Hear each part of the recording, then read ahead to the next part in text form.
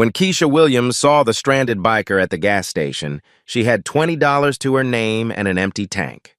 Most people would have minded their own business, but Keisha wasn't most people. "You don't know me from Adam," the weathered man in the leather jacket had said. "Could be dangerous, offering help to strangers." Keisha smiled, pulling out her last 20. "Everyone deserves help when they're stuck." She had no idea she was talking to Bobby Kowalski, president of the Iron Serpents Motorcycle Club. She couldn't have known that her simple act of kindness, using her grocery money to fill his tank, was about to change everything.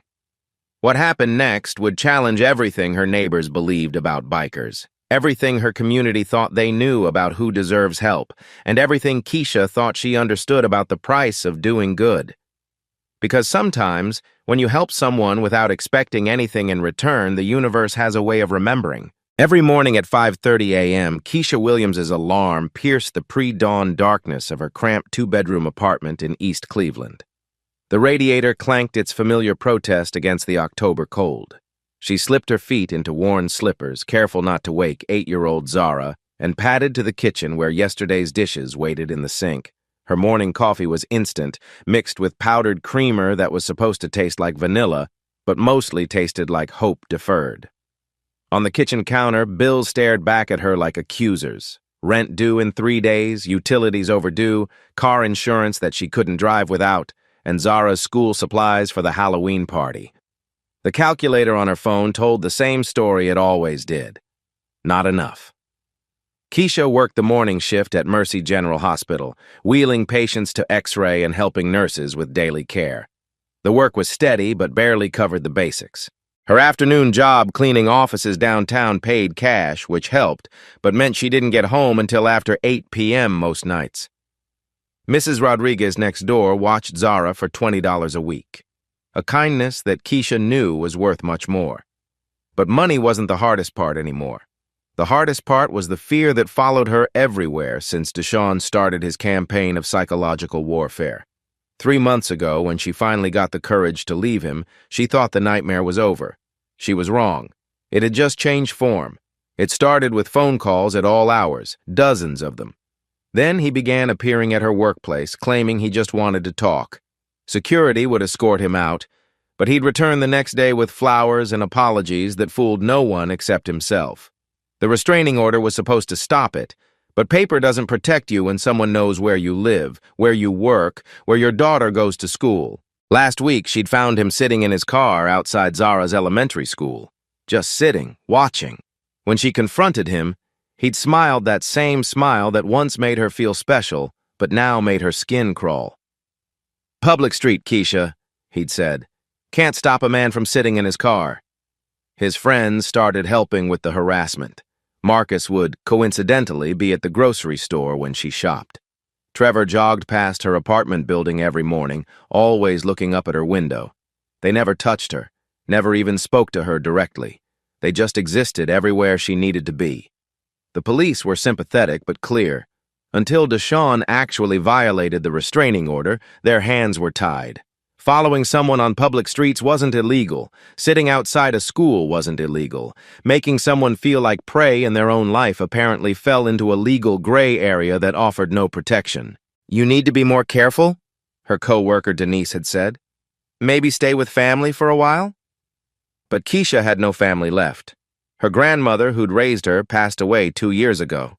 The foster system hadn't exactly built a network of supportive relatives. It was just her and Zara against the world. "Why can't Daddy just leave us alone?" Zara had asked one night, her 8-year-old voice small and confused.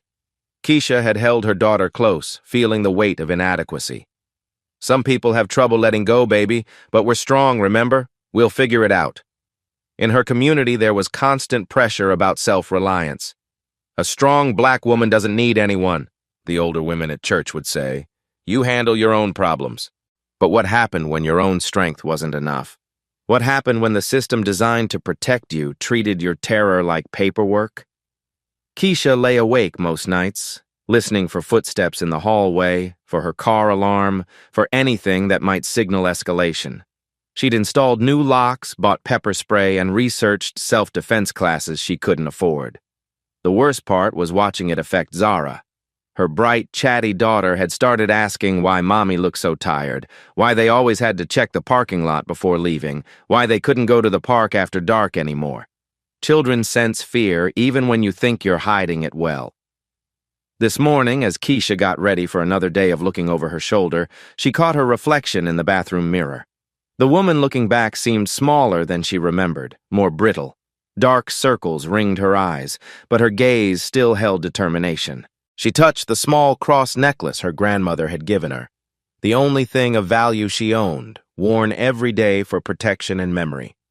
Grandma Moses had always said, "Baby, we help because we can, not because we should, and we don't judge folks by what they look like on the outside."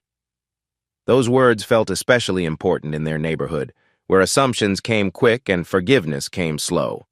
People looked at the bikers who sometimes passed through and saw trouble. They looked at the young men on street corners and saw criminals. Everyone had their own ideas about who deserved help and who deserved suspicion. As she braided Zara's hair and packed her lunch, Keisha made the same promise she made every morning. Somehow, some way, she'd build a better life for them both. She'd survived growing up in foster care, survived teenage pregnancy when everyone said she'd never amount to anything, survived putting herself through nursing assistant training while raising a baby alone. She could survive Deshaun, too. She just needed to stay strong long enough to figure out how.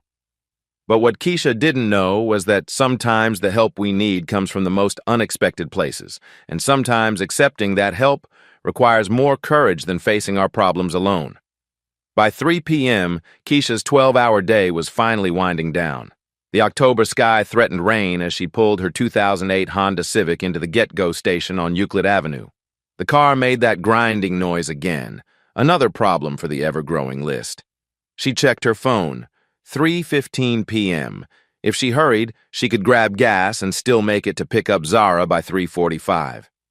At pump 6, Keisha slid her credit card through the reader. The machine beeped its rejection. Declined. Her stomach dropped as she tried her debit card. Also declined. She fumbled for her banking app. The automatic car insurance payment had gone through that morning, leaving her account $12 overdrawn. Her next paycheck wasn't until Friday.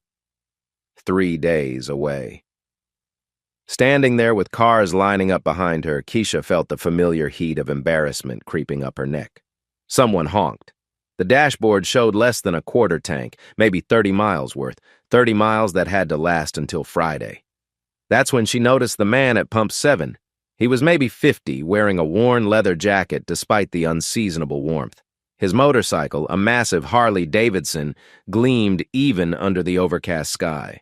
Salt and pepper beard, weathered hands, and something about his posture that suggested both power and weariness. He'd been trying to start his bike for several minutes. Even from her pump, she could hear it wasn't turning over. The distinctive patch on his jacket caught her eye. A skull with wings, surrounded by text she couldn't quite read. In their neighborhood, everyone knew to be wary of bikers. They meant trouble, drugs, violence. At least that's what people said. But watching this man's frustration, Keisha saw something different. She saw someone having the same kind of day she was having. The man pulled out his phone, clearly agitated. She heard fragments. 20 miles from nowhere and send a truck. But then his phone died mid-sentence. He stared at the black screen, then at his bike, then up at the darkening sky. The first drops of rain began to fall. Keisha should mind her own business. She had her own problems, bigger problems than a stranded biker. Plus, every voice in her community echoed the same warning. Stay away from those people. But her grandmother's voice was louder. Baby, we help because we can, not because we should. She approached carefully, aware of how this might look. Excuse me? You okay? Up close, she noticed more details. His jacket was expensive, real leather. His boots were well maintained. The bike itself was pristine, clearly well cared for. But his expression was genuinely worried, not threatening. Battery's dead, he said, his voice carrying a slight rasp. Phone too. Was supposed to meet my group an hour ago. He paused, studying her face. They'll be worried. The way he said group carried weight, like it meant more than just friends meeting for coffee. There was responsibility in his voice, authority. I could give you a jump, Keisha offered. then realized the obvious problem. Oh, wait!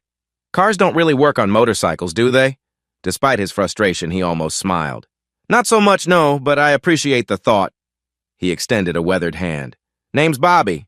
Keisha. His handshake was firm but respectful. There's an auto parts store about 2 miles down Euclid. They might have a battery charger you could borrow. Bobby shook his head. No car, remember? The rain intensified, drumming against the gas station's canopy. Other customers hurried inside for shelter. Bobby looked up at the sky, then back at his dead phone, then at his bike. She could practically see him calculating options and coming up short. Every practical voice in Keisha's head screamed warnings. Don't get involved. You don't know this man. He's a biker. They're all trouble. What would Deshaun say if he found out? What would the neighbors think? But louder than all those voices was a simple truth. Someone needed help, and she could provide it. Look, she said, surprising herself. I could drive you. To the auto parts store, I mean, or wherever you need to call for help. Bobby studied her for a long moment, rain beginning to spot his leather jacket. You don't know me from Adam, he said carefully. Could be dangerous offering rides to strangers. Could be, she agreed, rain starting to dampen her scrubs. But you seem more frustrated than dangerous, and everyone deserves help when they're stuck. The rain came harder now, forcing them both to speak louder. Bobby looked at his bike, clearly reluctant to leave it unattended. It'll be fine here, Keisha said, reading his hesitation. I'll pull my car up and we can get you sorted out. Why? He asked simply, his eyes searching her face. Keisha thought about her morning, about Deshaun, about feeling powerless and alone. Because someone helped me once when I needed it. Seemed like the right thing to pass it on.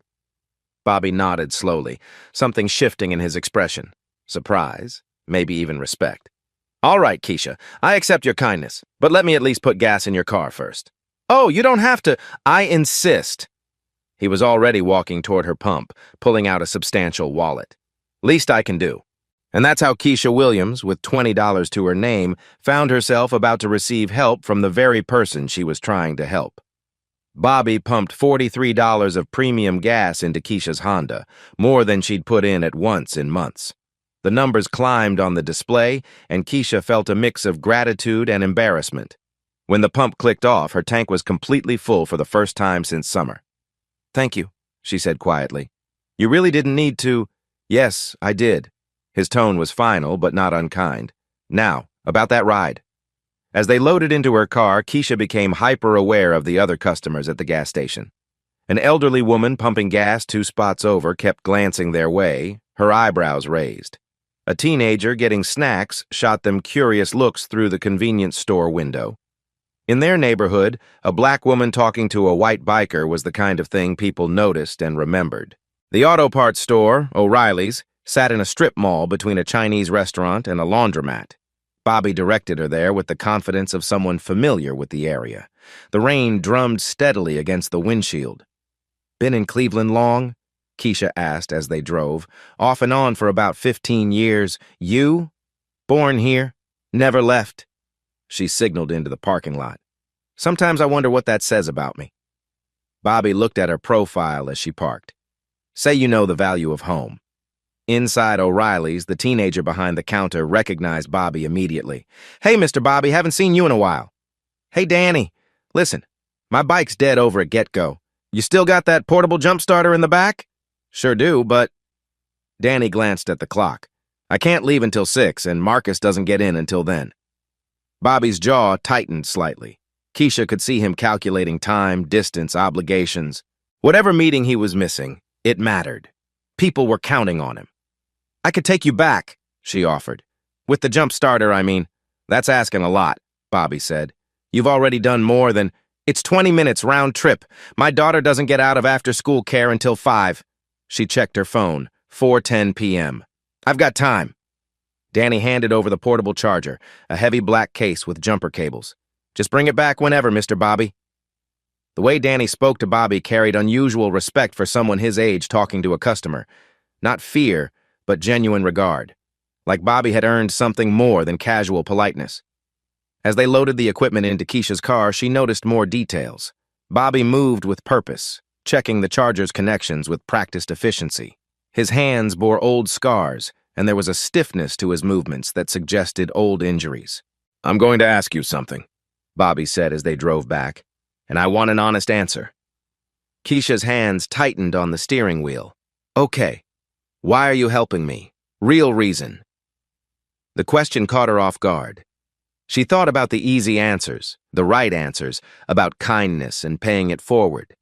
But something in Bobby's tone suggested he'd see through superficial explanations. "Because," she said slowly, "I know what it feels like when everything goes wrong at once, and I know what it feels like when someone helps anyway." Bobby nodded. "Fair enough." The drive back took them through a part of Cleveland that mixed struggle with hope.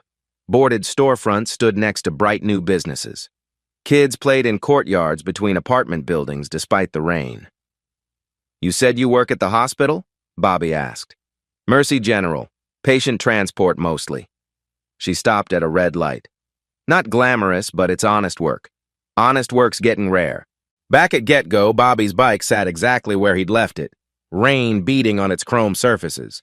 But now Keisha noticed other details. The way the bike was positioned perfectly between the lines, the care taken with every visible component. This wasn't transportation, it was pride. Bobby worked quickly, connecting the portable charger with the efficiency of someone who'd done this many times.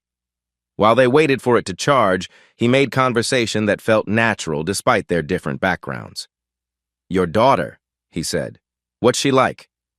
Keisha's face brightened immediately. "Zara, 8 years old, smarter than me, and an attitude bigger than she is.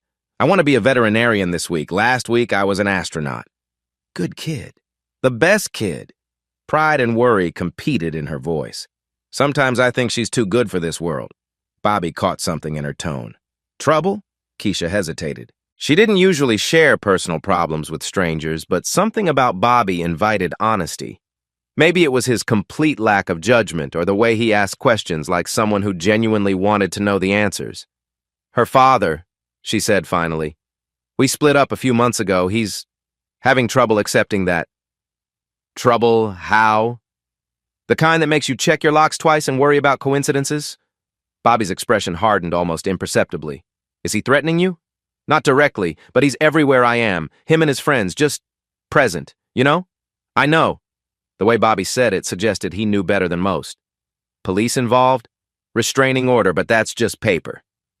The portable charger beeped, indicating readiness. Bobby disconnected it efficiently, then tried the bike's ignition. It turned over immediately, the engine rumbling to life with a satisfied growl that echoed off the gas station's canopy. "Beautiful sound," Keisha said, having to speak louder over the engine. Bobby revved it once, listening to something she couldn't hear, then nodded approvingly. He turned off the engine and began loading the jump starter back into her car. "I owe you," he said simply. "You filled my tank. We're even."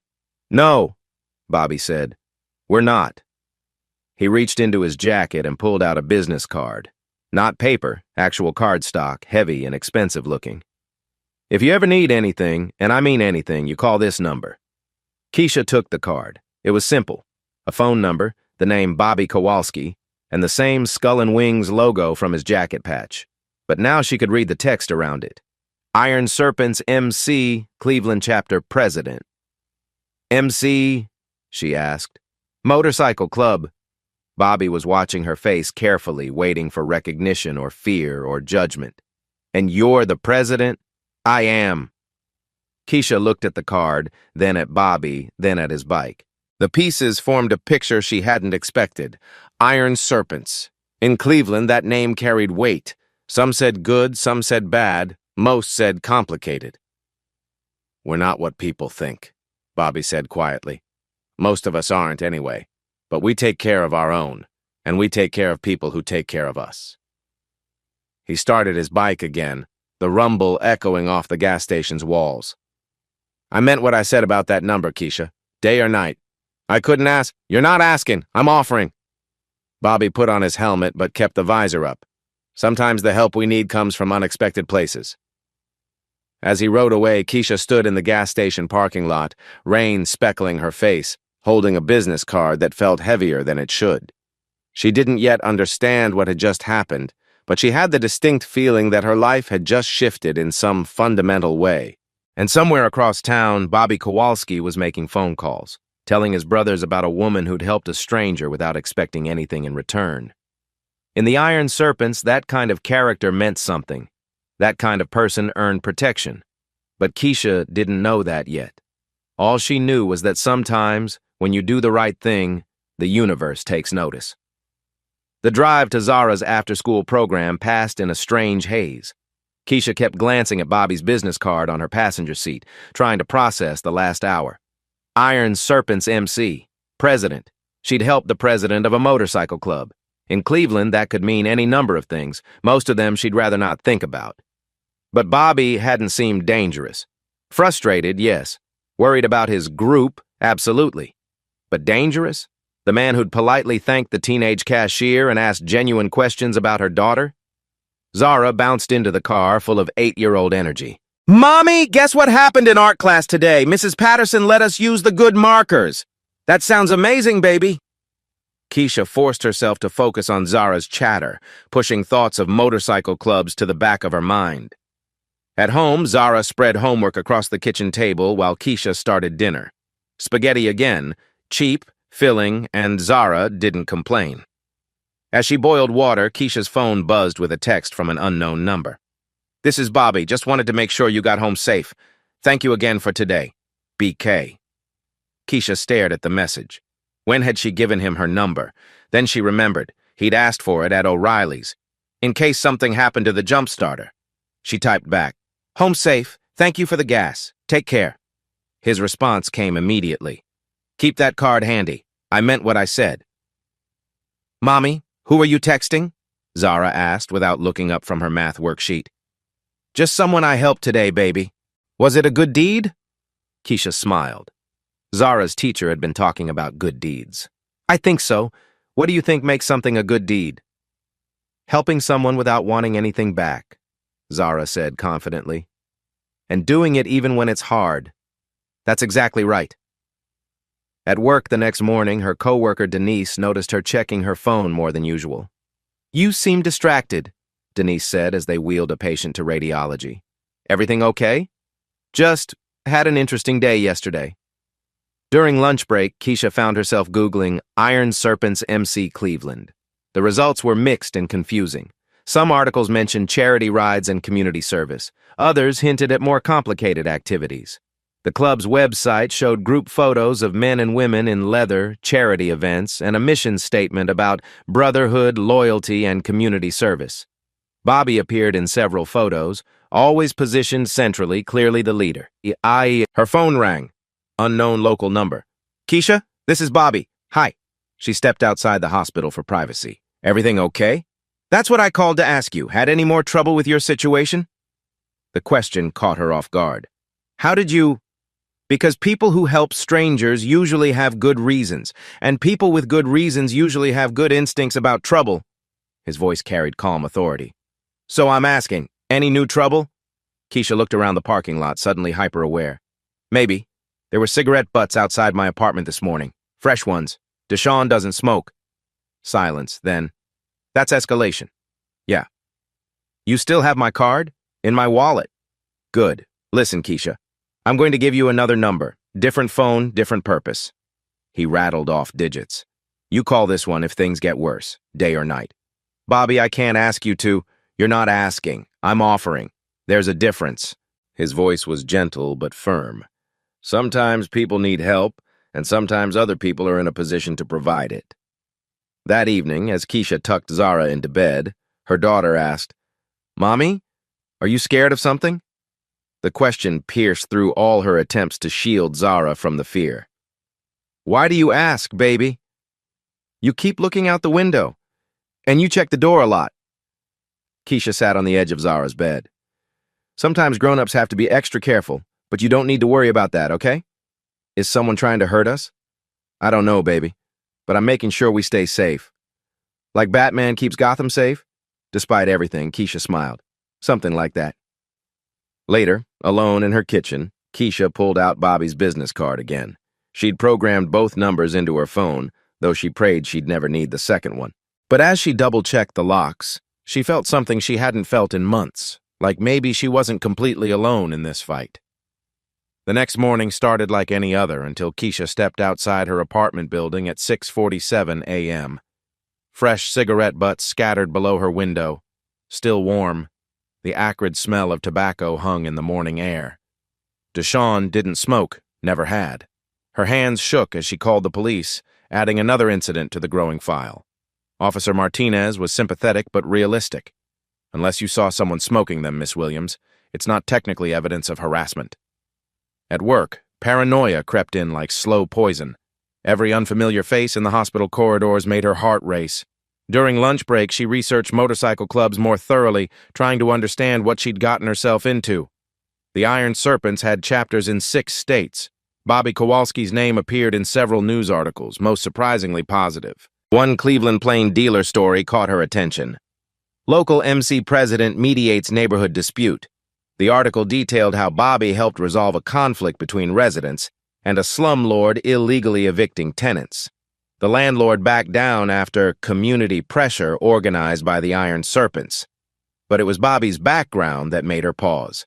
20 years in the Army, 3 tours overseas, extensive training in conflict resolution and community organization. This wasn't just any biker. This was someone with serious skills. Her supervisor, Janet, called her into the office mid-afternoon. "Keisha, I need to ask you something. There have been some reports about unusual associations." Ice formed in Keisha's stomach. "Okay. About you being seen with members of a motorcycle club. Look, I don't want to pry into your personal life, but if there's anything I should know..." Keisha felt the walls closing in. Even her workplace wasn't safe from judgment. "I helped someone whose motorcycle broke down, that's all. I'm sure that's all it was. Just be careful, okay? Sometimes helping the wrong people can create complications we don't expect." That evening, Mrs. Rodriguez pulled her aside. The older woman's usual warm smile was replaced by worried lines. "Honey, I've been thinking about that man you helped. People are talking, and not good talk." "What kind of talk?" "The kind that says maybe you're getting mixed up with the wrong crowd, the kind that wonders what a nice girl like you is doing with bikers." Mrs. Rodriguez touched Keisha's arm gently. "I'm not judging, baby, but those people, they're not like us. They bring trouble." At home, Keisha stared at Bobby's business card again. The simple cardstock suddenly felt heavy with implications she hadn't considered. Had she made a terrible mistake? Was her attempt to do good about destroying the carefully built stability of her small world? Her phone buzzed. Unknown number. "Saw you talking to some biker yesterday, making new friends? Better hope he's tougher than your restraining order." D. Deshawn. He'd been watching. Had seen her with Bobby. The implication was clear. He was escalating, getting bolder. But what Deshawn didn't know was that his text had just made a very dangerous mistake. At 11:47 p.m. that night, Keisha learned that sometimes the most terrifying moments of your life happen in complete silence, and sometimes the cavalry arrives wearing leather jackets. She jolted awake to the sound of breaking glass. Not loud, careful, deliberate, someone trying not to wake the neighbors but wanting to wake her. Through her bedroom window, she could see her car in the parking lot below. The passenger side window was spider-webbed with cracks, and someone was leaning against the hood. Deshawn. He wasn't alone. Marcus stood near the building entrance like a sentry. Trevor paced between the cars, clearly visible in the parking lot lights. All of them knew she could see them. This was psychological warfare elevated to the next level. Keisha's hands shook as she dialed 911. The dispatcher was professional but realistic. "Officers are responding, ma'am, but it may be 15 to 20 minutes. Are they attempting to enter your building?" "Not yet." "If they breach your door or threaten immediate harm, call back immediately. 15 to 20 minutes. Through the blinds, Keisha watched Deshawn move closer to the building. He was holding something, her spare key, the one she thought she'd hidden well enough. They weren't going to wait outside. Keisha's finger hovered over Bobby's regular number, then remembered the second number, the different purpose number. She dialed it with trembling fingers. Bobby answered on the first ring. "Yeah. Bobby, it's Keisha. They're here, outside my building. They broke my car window and..." "Address." "What?" "Your address, right now. 1247 Cedar, apartment 3B, but..." Stay inside. Lock your bedroom door. Do not open it for anyone except the police or me. How many? 3. Maybe more. Armed? I can't tell from here. 15 minutes. Can you hold it for 15 minutes? Keisha's voice cracked. I don't know. You can. Bobby's voice carried absolute certainty. Lock that bedroom door now. The line went dead. Keisha stared at her phone, then rushed to lock her bedroom door. She checked on Zara, still sleeping, thank God, then returned to the window. Deshawn was no longer in the parking lot. The building's front door buzzer rang once, twice, then stopped. Silence. Then she heard it. Footsteps in the hallway outside her apartment. Slow, deliberate. Her apartment door handle rattled. Once, twice. Testing. Keisha pressed herself against the wall beside her bedroom door, phone clutched in her hand. Zara stirred but didn't wake. Outside the apartment, she heard whispered voices. Told you she was here. Just want to talk. Make her understand. The voices moved away, then returned. They were discussing something, planning something. Then, silence. Keisha waited 5 minutes. 10. No sounds from the hallway. Maybe they left. Maybe the police scared them off. Maybe... Her bedroom window exploded inward. Marcus tumbled through, glass cascading around him. He'd climbed the fire escape, broken her third-floor window. Blood streamed from cuts on his hands and face, but he was grinning. Hey, Keisha, miss us? Zara woke up screaming. Keisha grabbed her daughter, pulling her behind the bed as Marcus unlocked the bedroom door from the inside. Deshawn and Trevor entered through the front door. They must have picked the lock while Marcus provided distraction. Now, Deshawn said calmly, stepping into the bedroom. We can finally have that conversation. Keisha clutched Zara, mind racing. The window was broken, glass everywhere, the door was blocked. Her phone showed no signal, one of them must have a jammer. Mommy, Zara whispered, I'm scared. It's okay, baby. It's going to be okay. Deshawn laughed. Is it, though? See, Keisha, you've been making some interesting friends lately. Biker friends. Makes me wonder what kind of example you're setting for our daughter. She's not your daughter. Courts might see it differently, especially when they hear about your new associations. From outside, the sound of motorcycles, not one or two, many. The rumble grew louder, closer, until it sounded like thunder rolling through the parking lot. Deshawn frowned, moving to the broken window. What the hell? The motorcycles fell silent all at once. Car doors slammed, heavy footsteps on pavement, on stairs, in hallways. A new voice called from outside the apartment. Cleveland police, building surrounded. But that wasn't the voice that made Deshawn's face go white. Deshawn Williams! Bobby's voice carried clearly through the broken window, amplified by some kind of speaker system. You and your boys have 30 seconds to walk out of that building with your hands visible. Who the hell? Trevor started. Iron serpents, Marcus whispered. And suddenly all 3 men looked terrified. Bobby's voice continued. Miss Williams, this is Bobby Kowalski, Iron Serpent's MC. The building is secure. Police are here. You and your daughter are safe. Deshawn's bravado evaporated completely. Iron Serpents? The Iron Serpents? Through the broken window, Keisha could see the parking lot. It was full of motorcycles, dozens of them, arranged in perfect formation. Men and women in leather jackets stood beside them like soldiers. Police cars ringed the perimeter, but the officers were clearly coordinating with, not confronting, the bikers. This wasn't some outlaw gang causing trouble. This was an organized, legitimate operation working hand-in-hand with law enforcement. Bobby appeared in the doorway, flanked by 2 massive men wearing patches that read Sergeant at Arms. He was no longer the stranded motorcyclist from yesterday. His presence filled the room with quiet, absolute authority. But it was what he wore that changed everything Keisha thought she knew. A tactical vest, official patches, and a badge that caught the light as he moved. Gentlemen, Bobby said politely to Deshawn and his friends, I believe you were leaving. Deshawn looked at Marcus, at Trevor, at the broken window, at Bobby. Whatever he saw in Bobby's face made his decision for him. This isn't over, he told Keisha. Bobby stepped aside to let them pass, then said quietly, Actually, it is.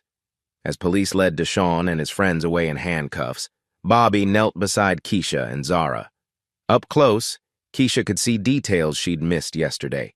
Not just the scars on his hands, but the way he moved with practiced efficiency, the radio clipped to his vest. How? Keisha asked. Bobby smiled. Iron Serpent's MC operates a community protection service. We have contracts with the city for neighborhood security and domestic violence intervention. Yesterday, when you helped me, you helped someone whose job it is to help people exactly like you. He showed her his identification. Robert Kowalski, Director of Community Safety, Iron Serpent Security Solutions, licensed, bonded, and working directly with Cleveland PD. You're not just a biker, Keisha whispered. I'm a biker who runs a legitimate security company, Bobby corrected gently. We take care of people who take care of us, and we don't forget kindness. The emergency glazier arrived at 2 a.m., replacing Keisha's bedroom window while she and Zara waited in the living room. Zara had finally fallen back asleep, curled against her mother on the couch. The apartment felt different now, violated but also somehow safer than it had been in months. Bobby sat across from them, having sent the rest of his team home once police confirmed Deshaun and his friends were in custody. He looked tired but alert, periodically checking his phone for updates. They're being charged with breaking and entering, criminal trespassing, violation of a restraining order, and destruction of property, he reported after hanging up with someone at the police station. The jammer Trevor had bumped it up to interfere with emergency communications. They're not getting out tonight. What about tomorrow? Next week? Keisha kept her voice low to avoid waking Zara. That's what we need to talk about. Officer Martinez arrived as the glazier finished. She was the same cop who'd been documenting Keisha's complaints for months, but tonight her demeanor was different. Less sympathetic patience, more decisive action. Miss Williams, I owe you an apology, she said directly. We should have taken this more seriously earlier. Tonight's incident gives us enough to push for serious charges. Will it stick? With Mr. Kowalski's organization providing witness statements and security footage? Yes, it'll stick. Security footage? Keisha looked at Bobby questioningly. We've been monitoring your building since yesterday, Bobby explained. Standard protocol when we identify a potential domestic violence situation. Everything tonight was recorded. Officer Martinez nodded. Iron Serpent Security Solutions has been working with our domestic violence unit for 2 years. They've helped us build cases that stick when traditional evidence falls short. After Martinez left, Bobby turned to Keisha with a serious expression. I need to ask you something, and I want you to think carefully before you answer. Keisha adjusted Zara in her arms. Okay. How would you feel about Deshaun never being able to surprise you again, about knowing exactly where he is, what he's doing, and having immediate backup if he violates the terms of his eventual release? That sounds like a fantasy. It's not. Bobby pulled out a tablet showing her a professional presentation. Iron Serpent's Security Solutions offers comprehensive protection packages for domestic violence survivors. We work with the courts, with victim services, with law enforcement. It's all above board, all legal, and it works. The presentation showed statistics, testimonials, official partnerships with city agencies. This wasn't some vigilante operation. This was a legitimate business with real infrastructure. I don't understand. How is this possible? Bobby smiled. 20 years ago, I came back from my 3rd deployment with PTSD, anger issues, and no idea how to fit into civilian life. A lot of my brothers had the same problem. We formed the Iron Serpents as a way to channel what we'd learned in the military into something positive. He swiped to the next slide, showing organizational charts and licensing documentation. We're not just bikers, Keisha. We're combat veterans, former police officers, licensed security professionals, and trained social workers. We happen to ride motorcycles, but that's not what defines our work. And you help people like me? We help people exactly like you. Single mothers who've been failed by systems that should protect them. People who need more than what traditional law enforcement can provide. The next morning brought a harsh reality check. Keisha's supervisor, Janet, called her into the office before her shift started. Keisha, I need to talk to you about last night. What about it? The police report mentions your association with a motorcycle club. The hospital board is concerned about potential liability issues. Keisha felt her stomach drop. Liability issues? If you're involved with those kinds of people, it could reflect poorly on the hospital. We serve families, children. We can't afford to have our employees associated with... With what? People who saved my life last night? Janet looked uncomfortable. Look, I don't want to make this difficult. But you need to understand that some associations create problems. If this motorcycle thing continues, we might have to reconsider your employment. The threat was clear. Choose between safety and her job. That afternoon, Mrs. Rodriguez knocked on Keisha's door. Her usual warmth was replaced by worried concern. Honey, people are talking. About last night, about those motorcycles. Some folks are saying maybe you brought this trouble on yourself. Brought it on myself? By getting mixed up with those people. Maybe if you hadn't helped that man, none of this would have happened. Mrs. Rodriguez touched Keisha's arm gently. I'm not saying I agree, baby. But you need to know what people are thinking. The isolation was beginning. The price of accepting help from people society labeled as dangerous. Bobby called that evening. How are you holding up? Honestly, I'm starting to understand why people don't call for help. Keisha sat at her kitchen table, surrounded by bills. My supervisor basically threatened to fire me. My neighbors think I brought this on myself. Maybe accepting your help was a mistake. Maybe it was, Bobby said quietly. But let me offer you an alternative. What kind of alternative? A job, working with us, community liaison, victim advocacy, case coordination, $48,000 a year, full benefits, and the chance to help other women in situations like yours. Keisha's breath caught. You're offering me a job? I'm offering you a career. The hospital sees your association with us as a liability. We see your experience as an asset. You understand what our clients are going through because you've been there. I don't have the right education. You have the right heart. We can provide the training. Bobby's voice was steady, confident. Think about it, Keisha. Instead of being ashamed of getting help, you could be helping other people get the same support. And Zara, full scholarship to any school she wants. Our foundation has partnerships with private academies throughout Cleveland. She'd get opportunities you could never afford on a hospital salary. That night, Keisha sat in her newly repaired bedroom, looking out at a parking lot that no longer felt threatening. Zara slept peacefully beside her. The business card on her nightstand no longer felt heavy with implications. It felt like a possibility. Tomorrow, she will give Bobby her answer. But tonight, for the first time in months, she felt like she had a real choice to make. 6 months later, Keisha Williams walked into the same get-go station where everything had started. But this time, she wasn't counting dollars or checking her account balance. She was wearing a professional blazer with the Iron Serpent Security Solutions logo, carrying herself with the confidence of someone who knew exactly what she was capable of. The teenage cashier, Danny, recognized her immediately. Hey, Miss Williams, how's the new job treating you? Better than I ever imagined, Danny. As the Community Liaison Coordinator for Iron Serpent Security Solutions, Keisha had found her calling. She worked with domestic violence survivors, helping them navigate the complex system of legal protection, counseling services, and safety planning. Her own experience gave her credibility that no textbook could provide. The transformation had been remarkable, but it hadn't been easy. The first month was the hardest. Keisha had to learn an entirely new vocabulary, risk assessment protocols, threat level classifications, emergency response procedures. But more than that, she had to unlearn years of thinking small. Bobby had been patient, but demanding.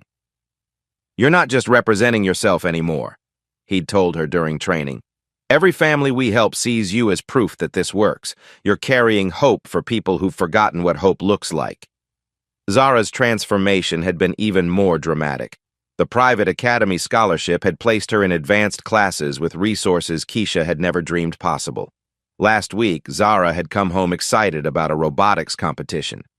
Mommy, did you know that some people get to design things that help save lives? Zara had asked over dinner. I think I want to do that. The ripple effects extended far beyond their personal success. Iron Serpent Security Solutions had expanded their domestic violence intervention program, hiring 2 more victim advocates and partnering with 3 additional community organizations. The success rate for keeping families safe had increased by 60%. But perhaps the most significant change was happening in the community itself. Mrs. Rodriguez had been one of the first to come around. 3 months ago, when her own niece faced a stalking situation, she'd quietly asked Keisha for help. The Iron Serpents had responded immediately, and the niece was now safe. I was wrong about those people, Mrs. Rodriguez had admitted. I let my fear make decisions for me instead of looking at what they actually do. The hospital had been slower to change their perspective. It took 2 successful interventions, one involving a nurse being stalked by an ex-patient, another helping a doctor's teenage daughter escape an abusive relationship. Before the administration recognized the value of having someone on staff with Iron Serpent's connections. Janet, Keisha's former supervisor, had actually approached her last month about developing a formal partnership between the hospital and Iron Serpents for employee safety issues. "We were short-sighted," Janet had said. "We saw the leather jackets and made assumptions. We should have looked at the results." The news media had taken notice, too. Channel 19 had run a feature story titled "Unlikely Heroes: How Bikers Are Changing Community Safety." The segment highlighted Iron Serpent's success in domestic violence intervention and their partnerships with local law enforcement. Bobby appeared in several interviews, articulate and professional. "People see the motorcycles and think we're trouble," he'd said to the reporter. "But most of us learned how to protect people in the military. This is just us continuing that mission in civilian life." The feature had generated dozens of calls from other communities wanting to replicate the program. Iron Serpents was now consulting with groups in Detroit, Pittsburgh, and Atlanta. For Keisha, the most rewarding moment came during a community safety forum at Zara's school. She was there representing Iron Serpents, explaining their family protection services to other parents. A young mother raised her hand. "My husband, he's been following me, taking pictures. The police say they can't do anything until he actually hurts me. What can you do that they can't?" Keisha recognized the desperation in the woman's voice, the same desperation she'd felt 6 months ago. "We can make sure you're never alone," she said. "We can document everything he does, provide witnesses the courts will believe, and give you backup when you need it most. Most importantly, we can help you believe that you deserve to be safe." After the forum, the woman approached Keisha privately. "6 months ago, I would never have trusted bikers to help me. But seeing you up there, hearing your story, it gives me hope." That evening, as Keisha picked up Zara from the robotics club, she reflected on how completely their world had changed. They'd moved to a safer neighborhood. Zara was thriving. Keisha had work that felt meaningful rather than just necessary. But the most important change was internal. They no longer lived in fear. They lived with purpose. As they drove home, Zara asked, "Mommy, do you think the man you helped that day knew he was going to change our whole life?" Keisha smiled, remembering Bobby stranded at that gas pump. "I think he hoped so, baby. I think good people always hope their kindness will make a difference." 1 year later, on a cold October afternoon, Keisha stood at Pump 6 of the same Get-Go station, watching a young woman struggle with a declined card.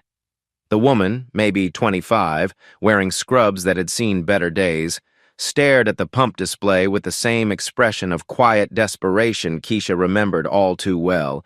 In the car behind her, a toddler was crying. The woman's hands shook as she tried a different card, also declined. Keisha didn't hesitate. "Excuse me," she said, approaching gently. "Having trouble?" The woman looked up, embarrassed. "I'm sorry, I'll move. I thought I had enough. What's your name?" "Maria." "Maria, I'm Keisha, and you don't need to move anywhere." Keisha pulled out her own card. "Let me help." "Oh no, I couldn't." "How much do you need?" Maria's eyes filled with tears. $20 would get me home and to work tomorrow. "But I can't accept charity from a stranger." "It's not charity," Keisha said, already inserting her card into the pump. "It's kind. And sometimes kindness comes back in ways you never expect." As the pump clicked to life, Maria asked, "Why would you help someone you don't know?" "Because someone helped me once when I needed it most," Keisha said, thinking of Bobby stranded at Pump 7 exactly 1 year ago. "Changed my whole life." While the tank filled, Keisha learned that Maria was a single mother, working as a medical assistant while studying nursing at night. Her ex-boyfriend had been causing problems, following her, showing up at work, making threats. "The police say they can't do anything until he actually hurts me or my son," Maria said. Keisha reached into her purse and pulled out a business card. Professional card stock, embossed logo just like the one Bobby had given her. But this one read, "Keisha Williams, Community Safety Coordinator, Iron Serpent Security Solutions. If you ever need help, real help, call this number," Keisha said. "Day or night." Maria studied the card. "Iron Serpents? The motorcycle club? The security company?" Keisha corrected gently. "We help people in situations exactly like yours, and we don't forget kindness." From across the parking lot, the familiar rumble of a Harley-Davidson approached. Bobby pulled up to Pump 7, the same pump where his bike had broken down a year ago. He was returning from a client meeting, wearing his tactical vest and iron serpent's patches. He caught Keisha's eye and smiled, understanding immediately what was happening. "That's my boss," Keisha told Maria.